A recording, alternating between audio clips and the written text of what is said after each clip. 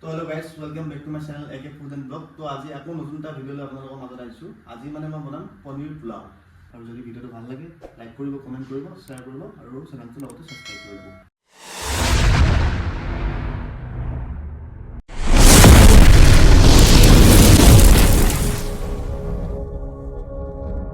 তো আপোনালোকে চাই লওক পনীৰ পোলাও কেনেকৈ বনায় আৰু কি লৈছোঁ মই লগত দেখাই দিছোঁ আপোনালোকক। তো চাই লওক।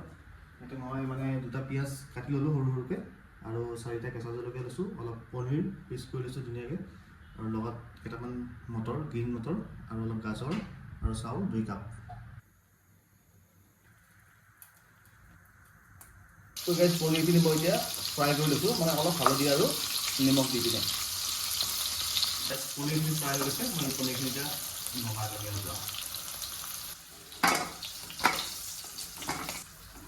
ইয়াতে মই 1 চামুচ ঘি দিম।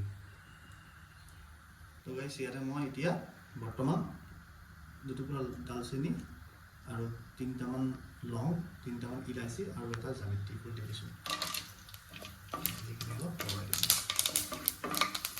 এতিয়া কাটি থোৱা পিঁয়াজখিনি আৰু জলকীয়াখিনি ইয়াতে দি দিছোঁ। পিঁয়াজখিনি মই অলপ মানে ফ্ৰাই হ'ব দিম। ফ্ৰাই হোৱাৰ পিছত তেতিয়া মই গাজৰখিনি আৰু গ্ৰীণ মটৰখিনি এড কৰি দিম। তো ইয়াতে মই কাটি থোৱা গাজৰখিনি এড কৰিছোঁ প্ৰথম, তাৰপিছত মটৰখিনি। তো এতিয়া এইটো ধুনীয়াকৈ মই মিলাই কিনে মছলা দি দিম। ইয়াতে সোৱাদ অনুসৰি নিমখ দিলোঁ, তাৰপিছত অলপ হালধি গুড়ি আৰু অলপ জলকীয়া গুড়ি, তাৰপিছত লগতে জিৰা আৰু ধনিয়া দি দিছোঁ। এইখিনি ধুনীয়াকৈ মই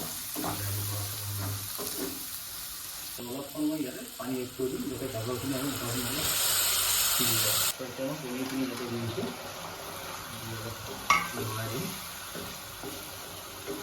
মই ওপৰত চাউলখিনি যে তিয়াই দিছিলোঁ চাউলটো দি দিছোঁ।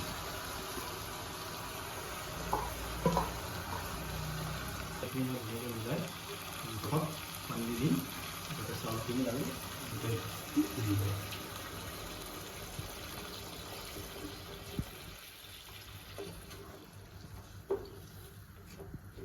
ওপৰতে মই আৰু 1 চামুচ ঘি দি দিছোঁ, অলপ ধনিয়া পাত ওপৰতে দি দিছোঁ। গেছটো মিডিয়াম ফ্লেমত দি মই 10 মিনিটৰ কাৰণে ঢাকনিটো লগাই দিম। 10 minutes later. গাইজ মই এইটো মানে থৈ দিয়া 10 মিনিটছ হৈ গৈছে। তো এতিয়া মই চাওঁ, তো বৰ্তমান আমাৰ মানে যোনটো পনীৰ পোলাও ৰেচিপিটো ৰেডি হৈ গৈছে।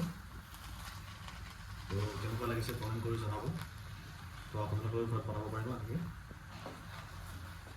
তো আজিলৈ এৰিছোঁ বন্ধুসকল, বাই বাই। আকৌ নেক্সট ভিডিঅ'ত আপোনালোকক লগ পাম।